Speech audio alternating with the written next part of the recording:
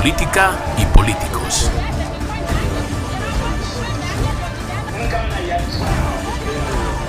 Política y políticos. Guinea Ecuatorial.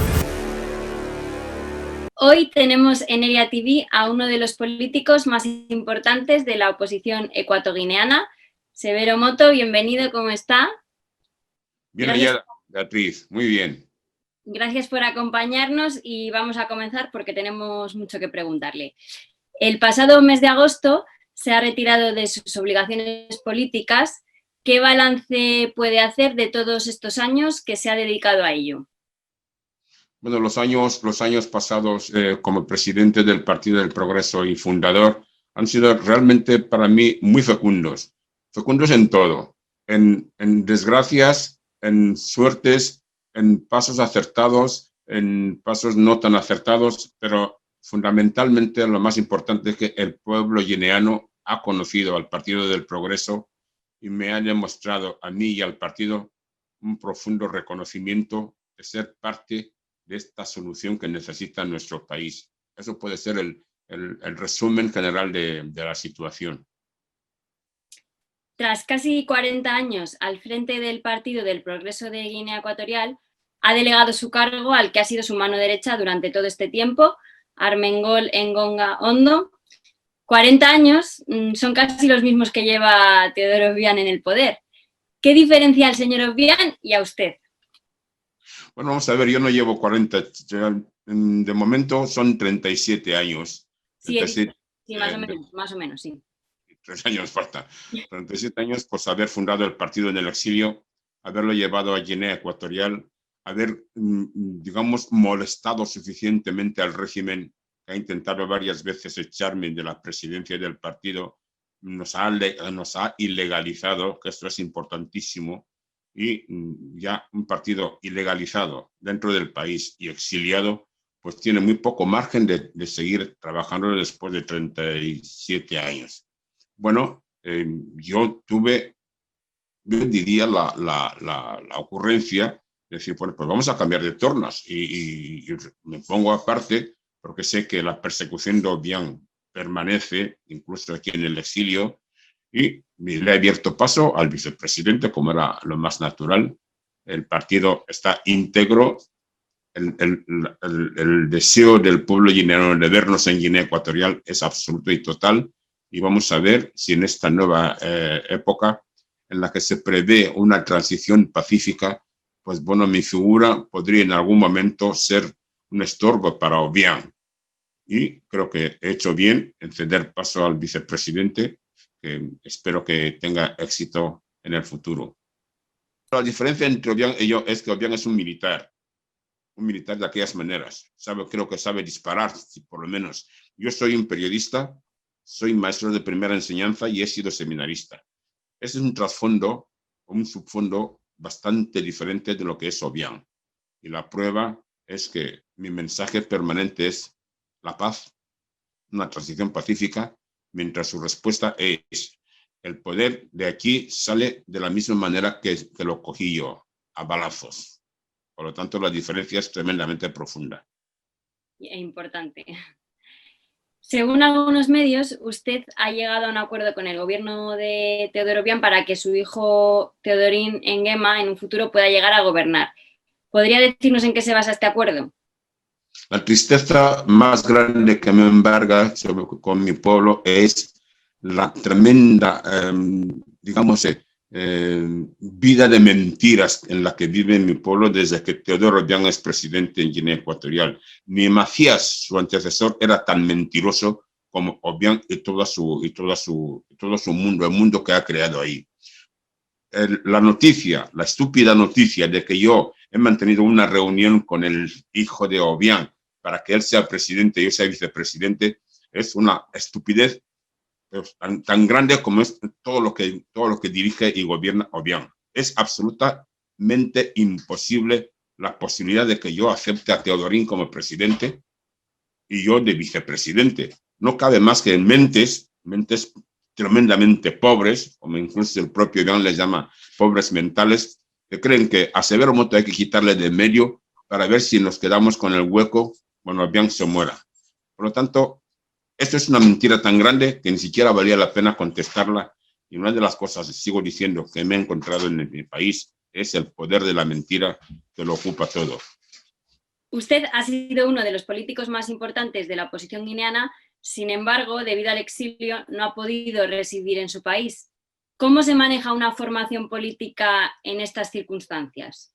Muy mal, francamente muy mal. Yo la verdad, cuando me exilio en España, me exilio con toda la confianza de que en España voy a encontrar un respaldo, pues no solo para, como lo hice antes, con el respaldo de España, iba y venía para montar el partido en Guinea Ecuatorial, tenía que ser que España me aceptara como opositor exiliado y que retornaba al país para implantar el Partido del Progreso.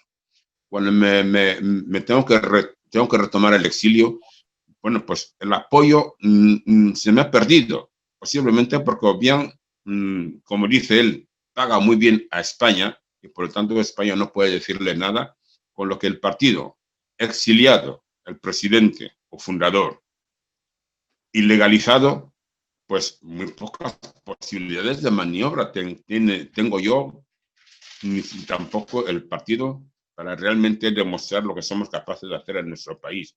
Por lo tanto, el proyecto que hemos puesto en las manos de la comunidad internacional de ayudarnos a abrir una transición pacífica en nuestro país, pues es fundamental, porque sin la comunidad internacional y sin el apoyo de España concretamente, es muy difícil abrir paso a la libertad de actividad política en Guinea Ecuatorial.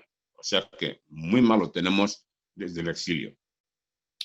Guinea Ecuatorial lleva más de 50 años de independencia, sin embargo sigue siendo un estado fallido bajo la dictadura de Teodoro Obiang.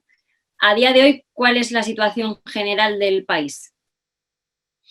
La situación general del país es un país postrado, digamos, en lo humano. Es decir, es un pueblo que está abrumado por la violencia con la que se inició la independencia, tanto con Macías como presidente, y el actual presidente era el jefe de cárceles, por lo tanto, el terrible ejecutor de las matanzas, primero en tiempo de Macías como presidente y ahora como presidente militar y dictador.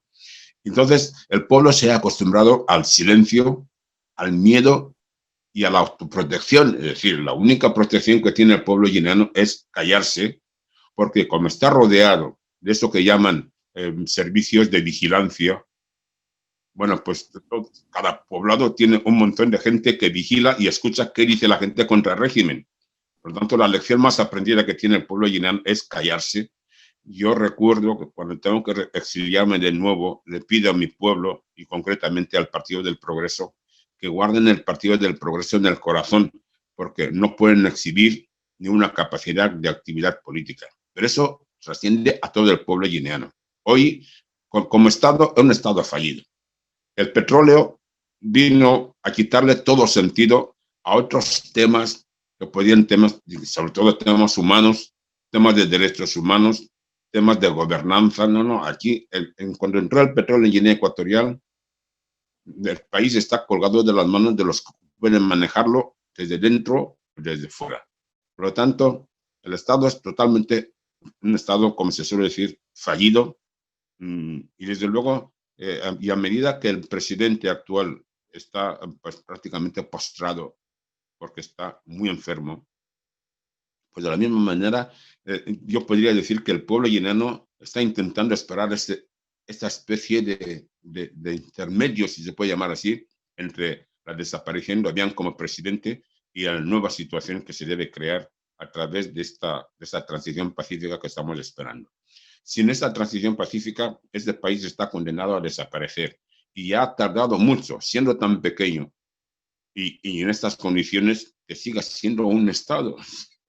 Porque a estas horas podría ser perfectamente víctima de cualquier usurpación que podamos llamar. Con esta situación que ha comentado, en caso de que el Partido del Progreso llegara al poder de Guinea Ecuatorial, ¿podría especificarnos algo sobre el programa de gobierno? Bueno, el principal programa de gobierno que tendría cualquier gobierno, y concretamente del Partido del Progreso, tendría que ser un programa no tanto material como, digamos, moral y, si quiere, espiritual, levantar el ánimo de este pueblo, darle sentido como pueblo tal, desde su dimensión, desde lo espiritual a lo intelectual, a lo cultural. Es un pueblo que está realmente tocado. Y el primer programa es lo cultural, la enseñanza, la formación, después la sanidad.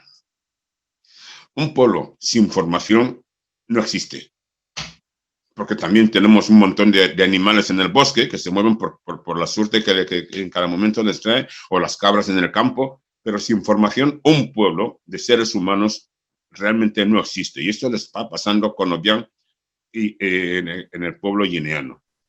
Formación, la educación, fundamental. Hombre, yo soy maestro de primera enseñanza, soy periodista, y a mí dirigirme a un pueblo que no entiende lo que lee o no sabe siquiera hablar, pues es muy difícil.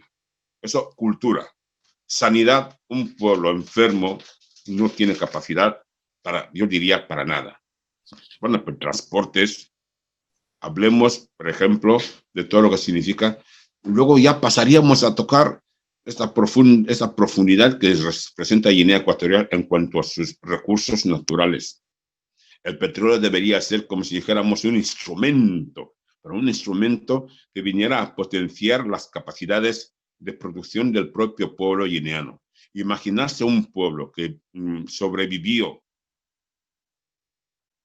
centenares o sea, decenas de años a través de su agricultura, su cacao de primera categoría, su café, su madera, todo esto y sobre todo su pesca, todo esto ha quedado en un segundo lugar o en manos de extranjeros que lo explotan, pero que el pueblo guineano ni trabaja café, ni trabaja cacao, ni trabaja su propia existencia. El petróleo tiene que ser como una especie de apoyo a todo lo que significara la vida de producción del país. Bueno, pues el programa del Partido del Progreso está contenido en un libro que tenemos, un libro manuscrito que tenemos preparado, que llamamos Vademecum, donde está diseñado todo el programa, los 5 puntos claves que tenemos para nuestro país. Es la educación, la sanidad, la energía, el transporte y la vivienda. Bueno, pues, pero primero, y les sigo diciendo, primero preparar a ese pueblo, levantarle el ánimo, hacerle pensar que es un pueblo que sirve, porque además sirve, es un pueblo que aprende con mucha facilidad, lo mismo que sirve para eso, como acaba siendo destruido por un sistema de terror y de matanzas en el que está viviendo. Libertad, libertad y libertad es la canción clave para nuestro programa y para nuestro pueblo. Pues comentaba la sanidad como uno de los puntos clave y durante todo este año, desgraciadamente, estamos viviendo una pandemia, el COVID-19, que está siendo devastadora para todos, pero en especial para los sanitarios. Además, en estos últimos días hemos escuchado que existe una nueva variante del mismo que se propaga incluso más rápido que la anterior.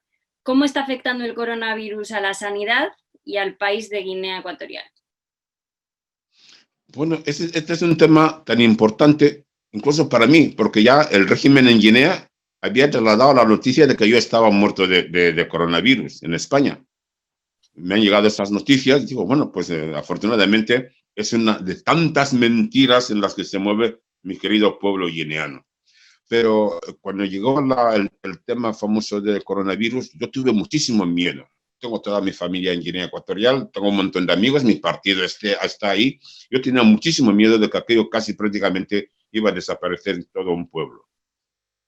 Por suerte divina y por las circunstancias naturales, yo diría que el pueblo guineano, como africano, que primero se ha valido siempre de los recursos naturales, de las hierbas, de las hojas, de lo natural, que de alguna manera ha podido servir de refuerzo para sus capacidades de resistencia de tantas y tantas pandemias que suceden en ese país y que las ha ido superando. Y eso da la sensación de que no ha afectado el coronavirus tanto como yo le tenía tanto miedo. Evidentemente se han tomado medidas, el pueblo desde luego ha sabido acogerse a lo que yo llamaría sus propios recursos de sus propias soluciones antes que esperar, digamos, vacunas que vinieran de 5.000 kilómetros de España o trampas raras. Yo estoy muy contento porque veo que la propia naturaleza le ayuda al pueblo africano y concretamente al pueblo guineano a superar esas tragedias que en otros países, pues bueno, no son tan fáciles de superar. Para la mejora económica y social de Guinea Ecuatorial es importante la apuesta por la democracia del país. El Partido del Progreso, junto con otras formaciones políticas de la oposición, se ha unido para proponer una transición pacífica y democrática en la que llevan trabajando desde hace tiempo. ¿Cuáles son los puntos claves de esta propuesta? Nosotros sabemos que Guinea Ecuatorial, después de 52 años, está en una situación tremendamente desigual.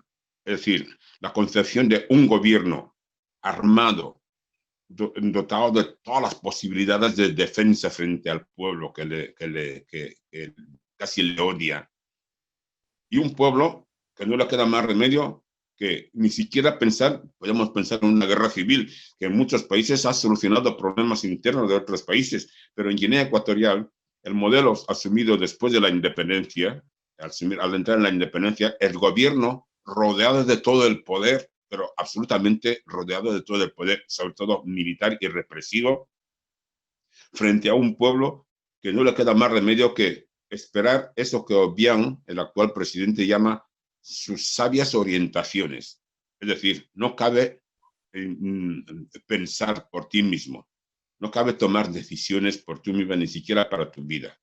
Evidentemente, la democracia pierde todo sentido y la dictadura adquiere el más rígido sentido de la palabra.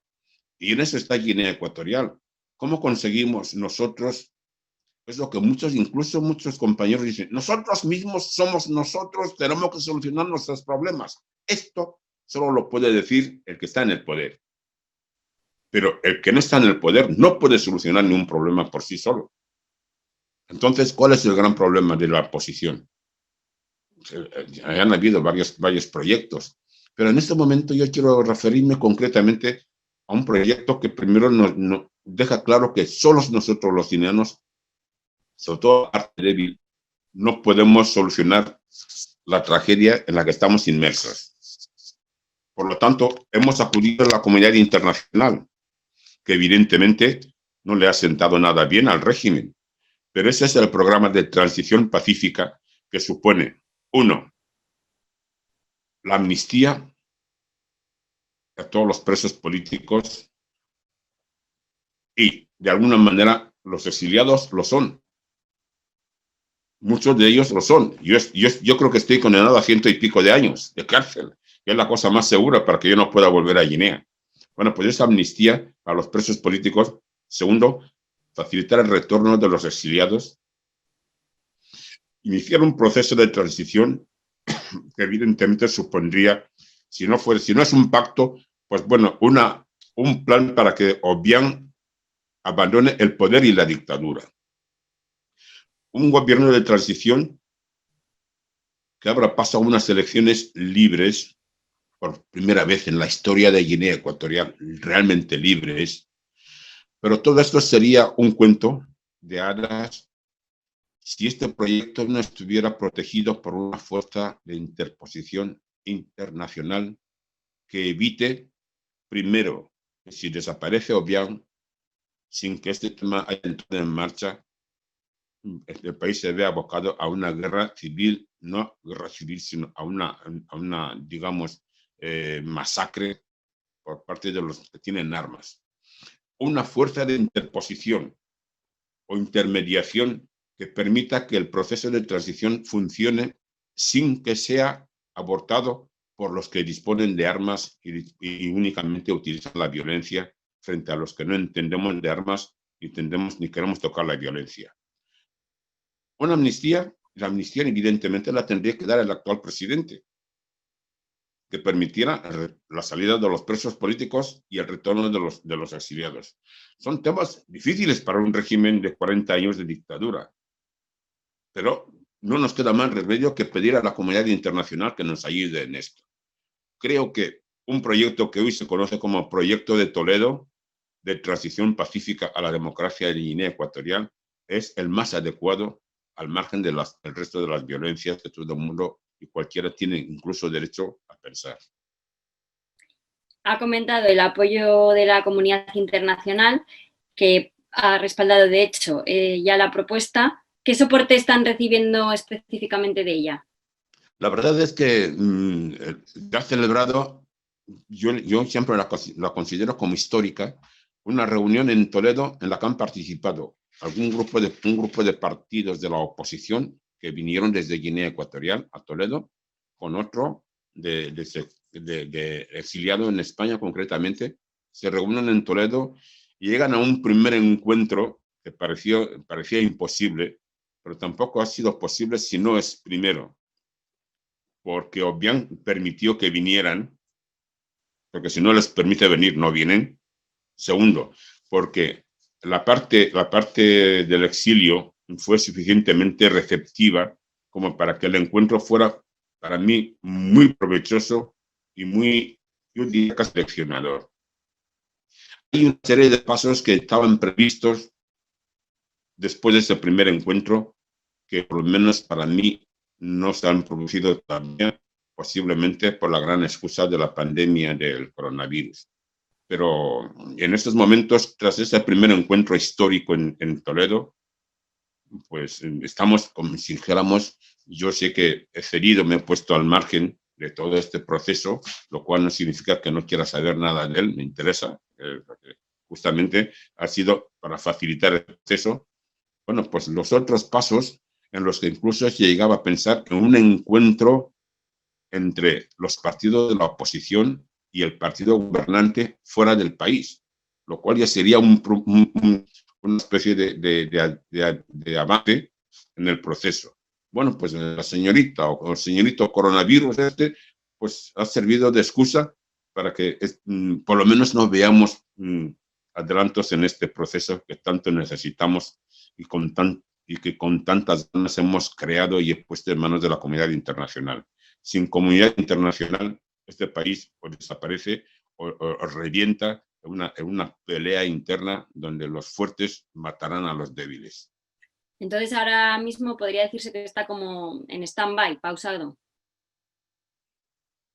Yo diría que stand-by, porque, bueno, pues los que lo llevan, sobre todo la parte internacional, es normal que mantengan los temas de alguna manera reservados, sin demasiada publicidad, mientras que naturalmente la parte nuestra pues está ardiendo en ganas de saber si se dan pasos. Es muy posible que se den pasos porque no solo se debe a España, hay unos otros países muy interesados y muy activos en ese trabajo, y eso es lo que permite, hasta que nos digan que otra vez se ha frustrado como tantas otras historias que se han intentado en Guinea Ecuatorial, pero de momento sabemos que no se ha frustrado todavía el Plan Toledo de transición, y eso es lo que mantiene nuestras esperanzas, y eso es lo que hace que incluso demos pasos como el que he dado yo, de decir, pues, permitamos que vea el moto como el gran peligro para su vida, sino que se abra paso para la transición en el país.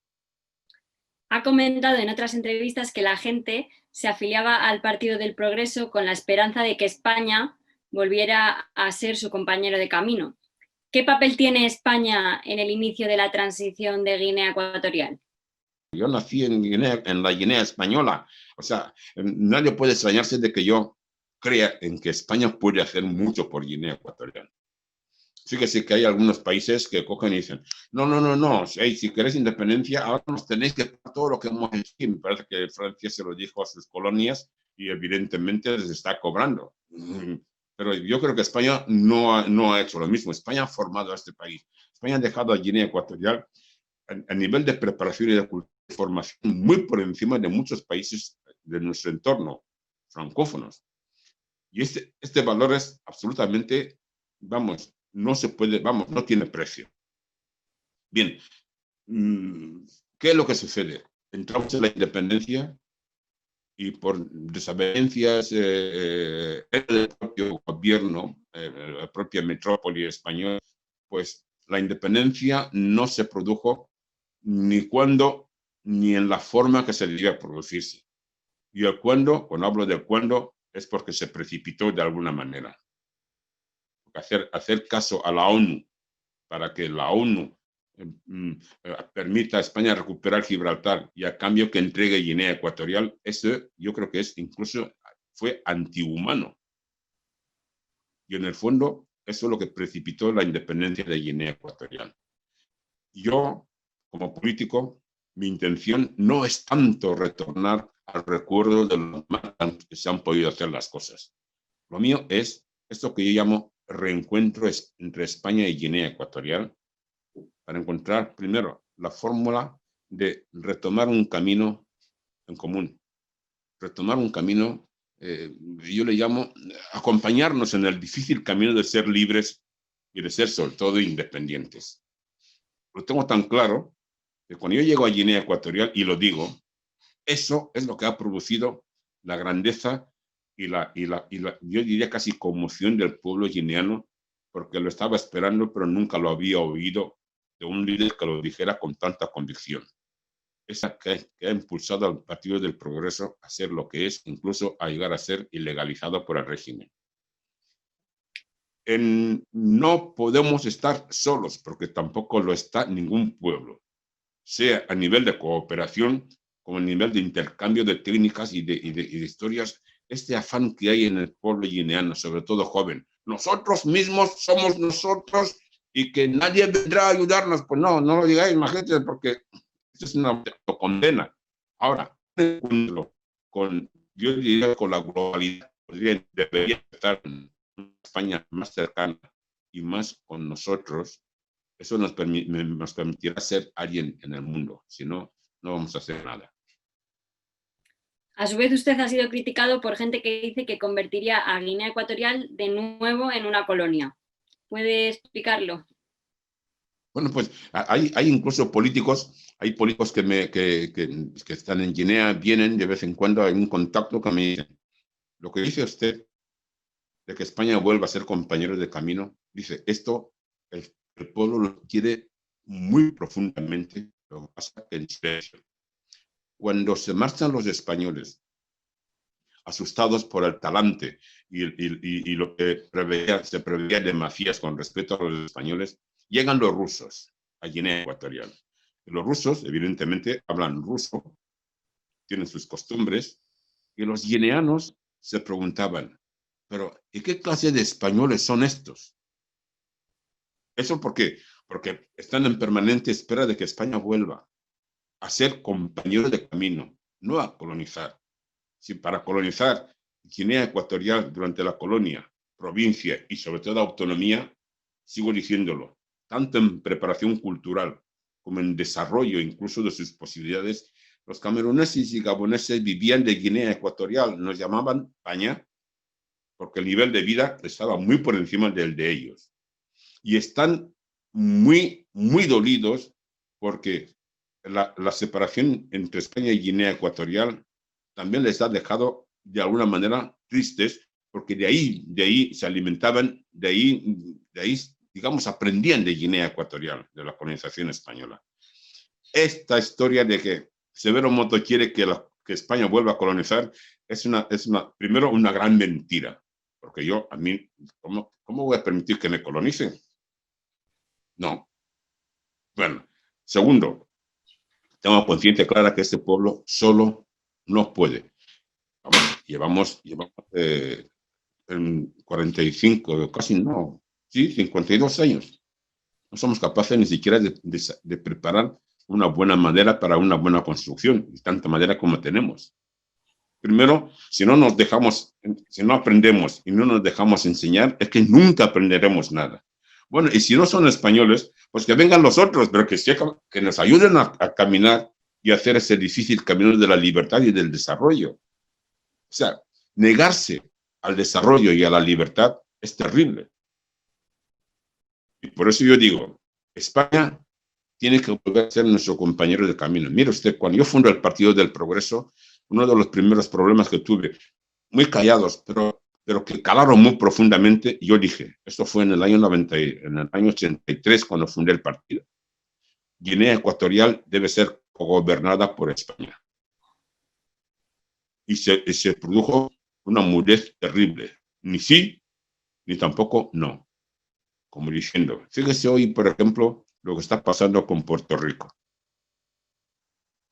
Y es que la colonización española, pues, deja su marca. Y lo mismo que deja ese vacío cuando se marchan. Entonces, Puerto Rico está deseando reencontrarse con España. A pesar de estar, vamos, me imagino que más cerca de los Estados Unidos. La hispanidad no puede, bajo ningún concepto, perderse con una facilidad tan terrible como se quiere o se pretende. Hay mucho mundo hispano. Y España tiene encima la envidia de algunos países, algunas potencias colonizadoras, de tener en África este punto, esta referencia, esto que yo llamo el broche de azabache que corona la hispanidad en su dimensión africana. Bueno, pues esto no es solamente madera, petróleo, pesca, explotación y llevárselo todo. No. Es con lo profundo, es cómo conseguir que este pueblo, ese trozo de hispanidad, tenga la altura moral, cultural, de civilización y de desarrollo que debería tener cualquier país hispano. Bueno, eso es lo que yo digo. El día que yo diga que España venga a colonizar Guinea Ecuatorial, pues me habré suicidado yo mismo, porque eso ni España lo va a hacer, ni yo soy capaz de ser nadie. Después de 52 años de dictadura, precisamente aquí en Neria TV se ha conseguido juntar a todos los pueblos que componen Guinea Ecuatorial para que dialoguen. ¿Qué opina usted sobre ello? Bueno, pues es una historieta un poco facilona, ¿no? O sea, lo que no se puede decir, bueno, todos los pueblos venidos y hablar, y dice, bueno, ¿y cómo? Primero, es un mensaje que llueve desde el exilio.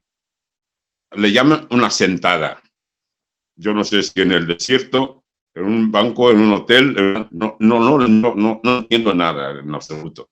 Naturalmente, eso es fruto de cómo el país está decepcionado totalmente tras la marcha de España, tras la falta absoluta de control, tras la falta de dirección seria del país, tras la falta de un liderazgo serio.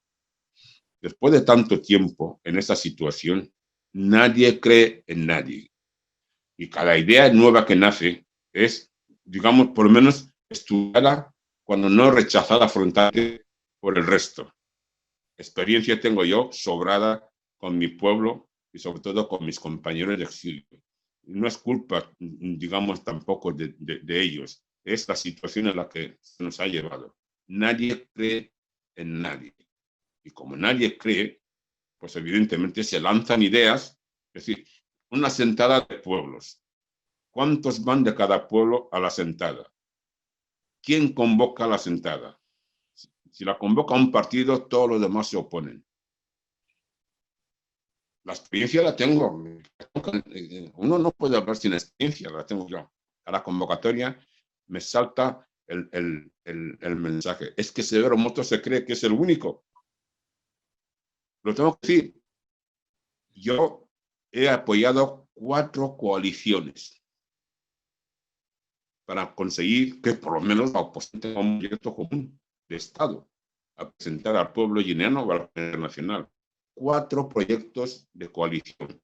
La Junta Coordinadora que nació en Zaragoza en el 83 con el Partido del Progreso, el Pacto de Madrid, que al desaparecer la Junta Coordinadora, creamos el Pacto de Madrid. He ayudado y reforzado la POC, la Plataforma de Oposición Conjunta, dentro ya del país, ¿no? Entonces, esas 3 coaliciones, ninguna he liderado yo. Siempre la he cedido a otros. Yo no voy a decir los nombres, pero tampoco estoy aquí para denunciar, pero sí para constatar que es muy difícil lo de la unidad de la oposición. Porque no tenemos como si dijéramos un referente. Y el referente era que lo rechaza. Y cuando tú lo propones, te dicen que quieres recolonizar Guinea Ecuatorial. En fin, la situación, 52 años de destrozo moral, intelectual y de todo, pues permite que no haya nadie, ningún referente. Y como aparezca un referente, todos van a por él. Y las ideas se lanzan al aire, como el tema de la sentada, que dices, bueno, pues yo creo haber asistido a una sentada, donde uno de los temas centrales era cambiar de nombre a la República. Y que el nombre de la nueva República de Guinea Ecuatorial fuera las iniciales de cada uno de los pueblos. Y cuando te dicen que representes al pueblo Fang, o al pueblo Bubi, o al pueblo Ndowe, o al pueblo Visio, o incluso al pueblo Crió o Anobonés, bueno, pues lo primero que dices, ¿quién me da el permiso para representar a los miles de Fang, a los miles de Ndowes? ¿Quién me la da? Sobre todo desde el exilio. Bien, es importante las ideas, pero de las reuniones que se han hecho, y de la experiencia, y sigo diciendo, la tengo yo, han sido reuniones para disentir. Las típicas reuniones que Obiang suele convocar en Guinea Ecuatorial. Son reuniones que le llaman reuniones de acuerdos de no acuerdo. Es decir, de todos los temas que se tratan, lo importante es que no hemos llegado a ningún acuerdo. Y esto es un gran acuerdo. Pues esto trasladado por guineanos, no sé por qué, yo lo he notado en España, reunión que se produce es que difícilmente se llega a un acuerdo. ¿Por qué? Ni aceptamos liderazgo de nadie, ni tampoco nos erigimos en líderes. Y a partir de ahí, pues ahí quedamos en una especie de equilibrio donde no se da ni un paso adelante. La idea de la unión o de la unidad no me parece tan importante como la unión. Porque la unidad es, vas diciendo, pues único. Pero la unión, que son varios que se unen para un proyecto. Y el proyecto de Estado, que por ejemplo nosotros tenemos en nuestro Vademecum, que he anunciado antes, no lo veo o no me lo han presentado los otros por obvias razones de discreción y de secreto, pero no se puede reunir a la gente sin un proyecto, sobre todo empecemos por proyecto de Estado, no proyecto de pueblos. El Vademecum evidentemente lo elaboramos como un proyecto de Estado para el gobierno en el exilio del Partido del Progreso de cara a Guinea Ecuatorial. Entonces ya un proyecto de Estado en el que se recogen pues todas las posibilidades, toda la casuística que pueda producirse a la hora de iniciar un proceso nuevo sin la dictadura, pero con un gobierno preparado, con ganas, y sobre todo con un proyecto de Estado. Un proyecto del pueblo, pues el pueblo Fang. ¿Quién va a prohibir al pueblo Fang que siga con sus costumbres? Pero a la hora de proyectar ante la comunidad internacional, sea eso, entre en la globalidad. Lo mismo el Fang que el Bubi, que el Ndowe, que el Visio o el Crió. Bueno, pues yo creo que es importante que el tema del Vademecum, que lo recoge, pues bueno, ¿cómo no nos costaría nada presentarlo a una reunión donde por lo menos estén los partidos políticos? Que hay muchos pueblos, pero hay muchos más partidos políticos en Guinea Ecuatorial, y a la hora de arreglar el país tienen que ser los partidos políticos más que los pueblos, porque es que los partidos políticos ya de por sí tienen su legitimidad por ser partidos, pero la representación de los pueblos es muy difícil. ¿Por qué? Porque evidentemente tiene que haber una elección dentro de cada pueblo al individuo que va a representar en la reunión o en la sentada. Pero los partidos políticos sí pueden perfectamente reunirse porque ya por sí ya existen y están seleccionados para los grandes proyectos de Estado. Claro, si nos referimos únicamente a la reunión de pueblos para ver cómo conseguimos que la ruptura sea mayor entre los pueblos, pues a lo mejor tendremos que necesitar otra vez colonizados porque si no, solos no hay quien nos una.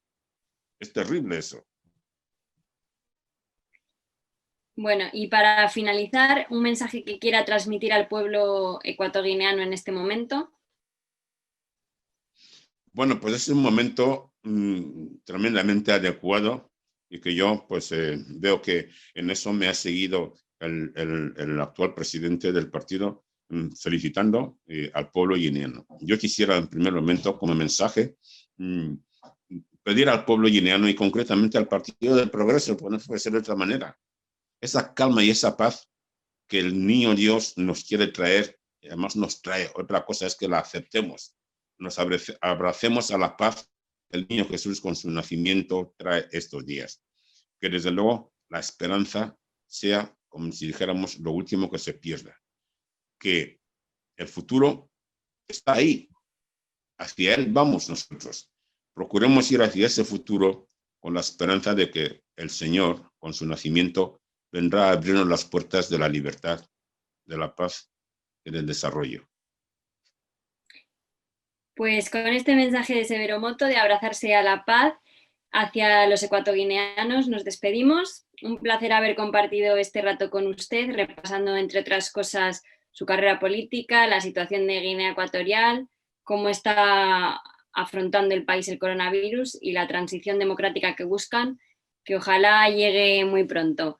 Muchísimas gracias, Severo, y hasta la próxima.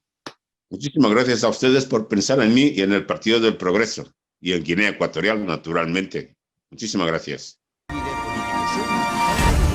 Política y políticos.